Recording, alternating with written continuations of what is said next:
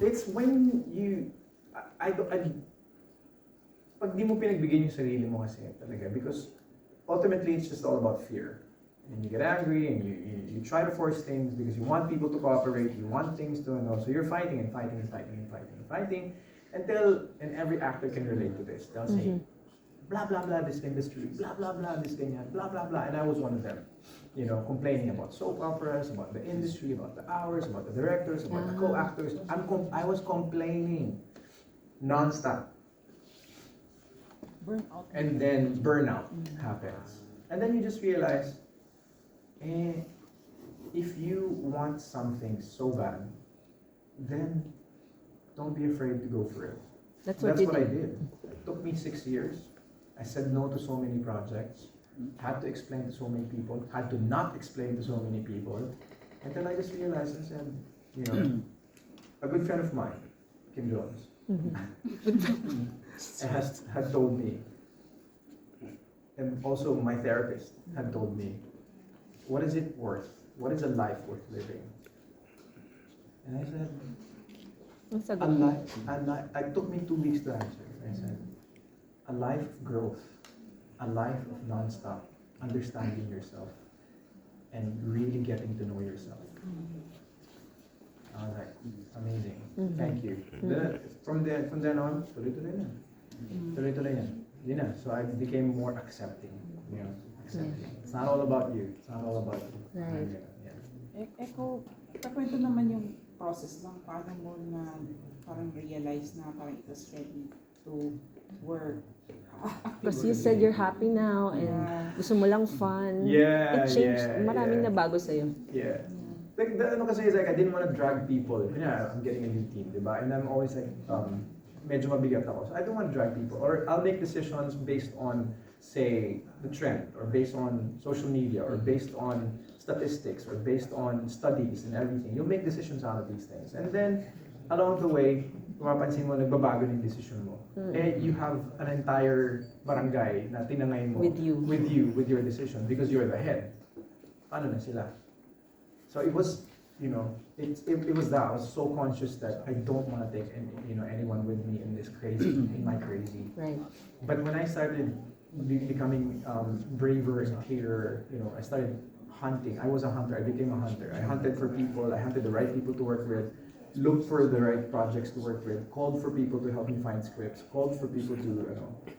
Then that's it. And I was like, okay, the universe is actually working with me in these months. And I'm that type of person that I respond to great projects like Lavender Fields and like, you know, opening my relationships to, again, and I said, well, things are light.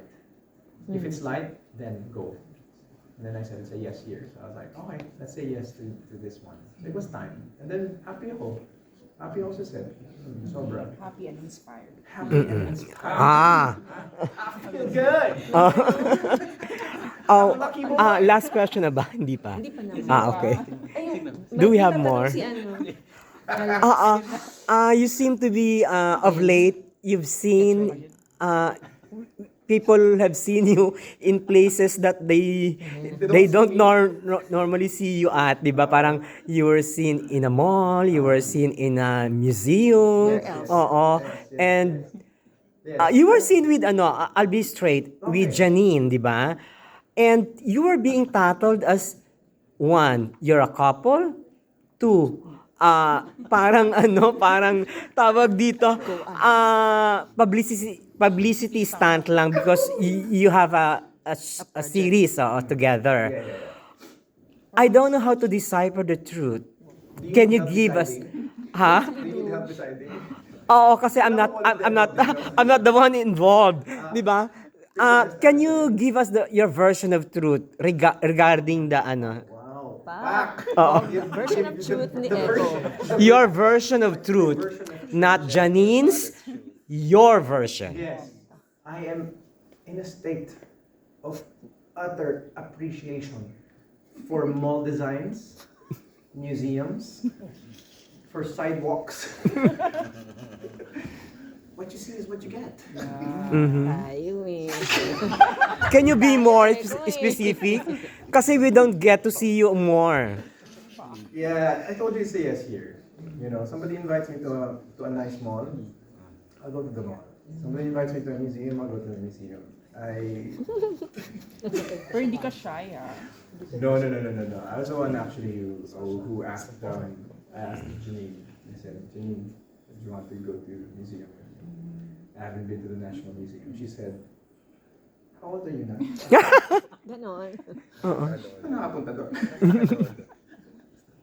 And so we did. She had like great friends who actually have some pieces in the museum. So I was like, oh, okay, bongga. And then we went, and then they toured us, and it was really, really nice. You guys should really check it out and have a date in the museum, something like that. I'm a mall rat. I used to work at a mall. You know, I used to be a pizza boy, and I worked at malls, and naubos yung sweldo ko playing Street Fighter and playing hockey and everything. Yeah, it's a yes year, you know what I mean? Yes to good things, light things. You know. Was that a date at the Huh? museum? I said, you guys should have a date. I never said it was a date. I was a date. I can't. You know, I'm a gentleman, so I can't put words into like, you know. Just ask Janine. You know. Mamaya. But you can put words to your actions, di ba? You being man enough, di ba? We're Parang, gonna be friends. Why are you mad at me? I'm not mad at you. Ganyan lang siya. This is not a showcase of madness. You haven't seen me mad. Charot. And then you were saying, sorry.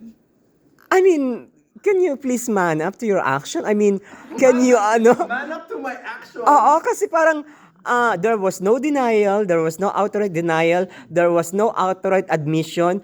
So we were groping in the dark of this studio. Charot. It sounds like I wronged you. No! We just want to, ano, We're getting to know each other. We're dating. okay. You're dating, you're getting to know each other. At least you're klaro, hindi yung katulad ng ibang mga artista. Would I piss anyone like you? Oh my God. With my actions? Oh Yeah. my God. I never knew that my private actions would affect you this much. Oh my God. I'm not affected. Hello, charot. I'm kidding. Hindi, it's- No.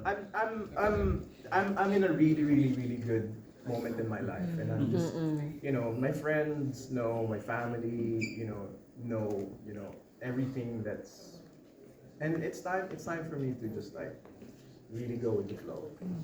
It's been really light and good, you know, and it's amazing. It's an amazing feeling. I wish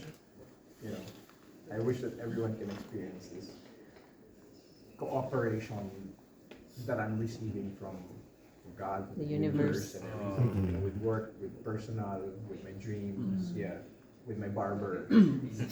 What was it like on the set with Janine? Yes. At work? Kasi yung characters niyo doon bickering eh, di ba nag-away? Yeah.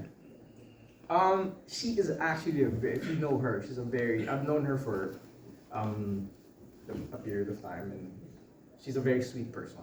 If you know, she is a sweet person. Everybody on the set loves her, and everybody on the set's like, I'm just kidding. But she's a sweet person. Loving, family-oriented, loves her work. So being Iris is just a monumental shift for her. And she was, she knew it.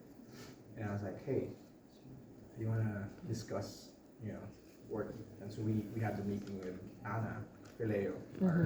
Sorry, Anna, I used your name. And we discussed the character together outside of work. And we had this meeting, and we talked lengthily about the roles. We had a 4-hour meeting with Anna just to discuss Iris and Tyrone and their relationship and what they want and where they want to bring this. And then Janine was like, aha, I get it now. I get it now. Something like clicked, because that's not her. And that's hard. How do you do that? So she had to like go through her files and say, who is actually a person who's like this, if there was one. And parang for us, it's like problem solved. It's great. It's just great working with her on the set. Echo, last question. You were away for 6 years, so Yeah. the difference between Echo noon and Echo ngayon. Yes. Huge. Some of the good parts I kept. Some of the bad parts are filed, and just the difference is just I know what I want, and I know my relationships are, the relationships that I'm keeping now are the ones that help me grow. So I'm well equipped to follow my dreams. I'm welcoming of any help, of any suggestions, of any advice, and but most importantly, I'm really on this journey of like really getting to know myself deeper and deeper and deeper. So that has changed. Yeah, I'm not facing you right now. Yeah, as